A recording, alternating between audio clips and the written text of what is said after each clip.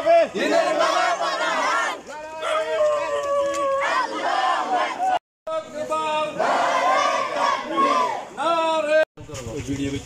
আমার আচরণে আরেকজন ভাই নামাজি হইতে হবে, ঠিক না মামা?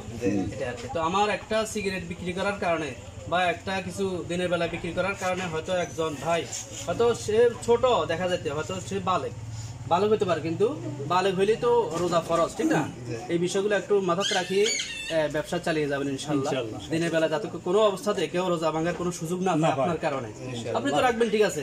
হয়তো তো আমরা 100% জানি, তো আপনার কারণে যাতে করে আপনার ব্যবসা হয়তো 2 টাকা লাভ হবে, কিন্তু একজন রোজা ভাঙ্গা মানে বিশাল একটা ক্ষতি, একটু খেয়াল করবেন। এটা আপনার সবাই ঠিক আছে? একটু কথা বুঝছেন, সেটা হলো এটুকু আমরা তো দোকানদার নয়, তো আসার সময় ইচ্ছে করলে আপনি পারেন নামাজে শরীর হইবেন, এখানে একটা নামাজ করবো কেন, তো এখানে কারো আড্ডা দিয়ে বুঝছেন, অন্তত পক্ষে তারাবির সময় আপনার দোকানটা বন্ধ করে আমরা এখানে নামাজ পড়ে নিয়ে এরপরে কর্ম করেন, অসুবিধা নেই, ঠিক আছে?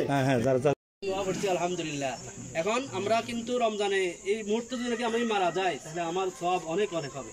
আর এই চাঁদ ওঠার পর থেকে আমরা যত নেক কাজ করব, প্রত্যেক নেক কাজ 70 গুণ সব বাড়ায় দিবেন আল্লাহ।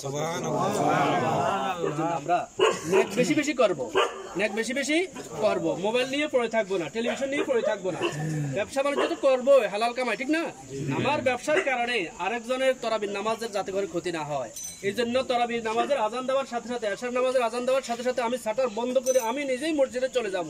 মুসল্লি যারা ছিল তাদেরকে ডেকে প্রয়োজনে তাদেরকে চা পানি খাওয়াইয়ে বাইল বাক্কা দিয়ে তাকে আল্লাহমুখী করে দেবো, মসজিদমুখী করে দেবো, চেষ্টা করবেন ইনশাআল্লাহ। আর দিনের বেলায় আমার ব্যবসা বাণিজ্যের কারণে, আমার বেচা কেনার কারণে, আমার সিগারেট বা আনুষঙ্গিক অনেক কিছু আছে এগুলা বিক্রি করার কারণে কেউ যেন রোজা ভাঙ্গার সুযোগ না পায়, এই জিনিসটুকু আমরা খেয়াল করবো। আমরা এখানে যারা আছে আমরা সবাই রোজা রাখবো, ঠিক না? 10 টাকা লাভে 20 টাকা লাভের জন্য আমি আরেকজনের রোজা ভাঙ্গার একটু সহযোগিতা করলাম, এই কাজটা আমি মুসলমান হিসেবে অন্তত আমার পক্ষে যেন এই কাজটা না হয় চেষ্টা করবেন ইনশাআল্লাহ। 30টা রোজা ঠিক মতো রাখবো ইনশাআল্লাহ, নামাজ ঠিক মতো আদায় করবো।